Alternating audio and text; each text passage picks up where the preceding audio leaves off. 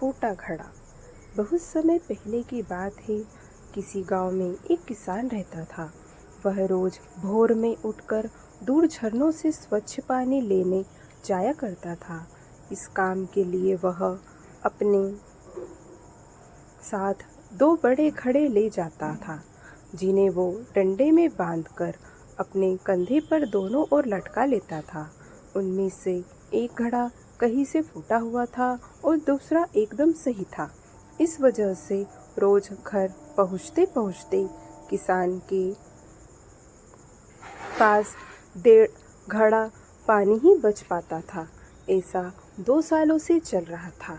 सही घड़े को इस बात का घमंड था कि वो पूरा का पूरा पानी घर पहुंचाता है और उसके अंदर कोई कमी नहीं है। वहीं दूसरी तरफ फूटा घड़ा इस बात से शर्मिंदा रहता था कि वो आधा पानी ही घर तक पहुंचा पाता है और किसान की मेहनत बेकार चली जाती है। फूटा घड़ा यह सब सोच कर बहुत परेशान रहने लगा और एक दिन उससे रहा नहीं गया। उसने किसान से कहा, मैं खुद पर शर्मिंदा हूँ और आपसे क्षमा मांगना चाहता हूँ। क्यों? किसान ने पूछा। तुम किस बात से शर्मिंदा हो? शायद आप नहीं जानते, पर मैं एक जगह से फूटा हुआ हूँ और पिछले 2 सालों से मुझे जितना पानी घर पहुँचाना चाहिए था, बस उसका आधा ही पहुँचा पाया हूँ। मेरे अंदर यह बहुत बड़ी कमी है और इस वजह से आपकी मेहनत बर्बाद होती रही है। फूटे घड़े ने दुखी होते हुए कहा। किसान को घड़े की बात सुनकर थोड़ा दुख हुआ और वह बोला, कोई बात नहीं, मैं चाहता हूँ कि आज लौटते वक्त तुम रास्ते में पड़ने वाले सुंदर फूलों को देखो। घड़े ने वैसा ही किया। वह रास्ते में पड़ने वाले सुंदर फूलों को देखो।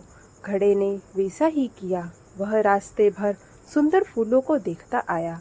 ऐसा करने से उसकी उदासी कुछ दूर हुई, पर घर पहुँचते पहुँचते फिर उसके अंदर से आधा पानी गिर चुका था। वो मायूस हो गया और किसान से क्षमा मांगने लगा। किसान बोला, शायद तुमने ध्यान नहीं दिया। पूरे रास्ते में जितने भी फूल थे, वो बस तुम्हारी तरफ ही थे। सही घड़े की तरफ एक भी फूल नहीं था। ऐसा इसलिए क्योंकि मैं हमेशा से तुम्हारे अंदर की कमी को जानता था और मैंने उसका लाभ उठाया। मैंने तुम्हारे तरफ वाले रास्ते पर रंग बिरंगे फूलों के बीज बो दिए थे। तुम रोज थोड़ा थोड़ा करके उन्हें सींचते रहे और पूरे रास्ते को इतना खूबसूरत बना दिया। आज तुम्हारी वजह से ही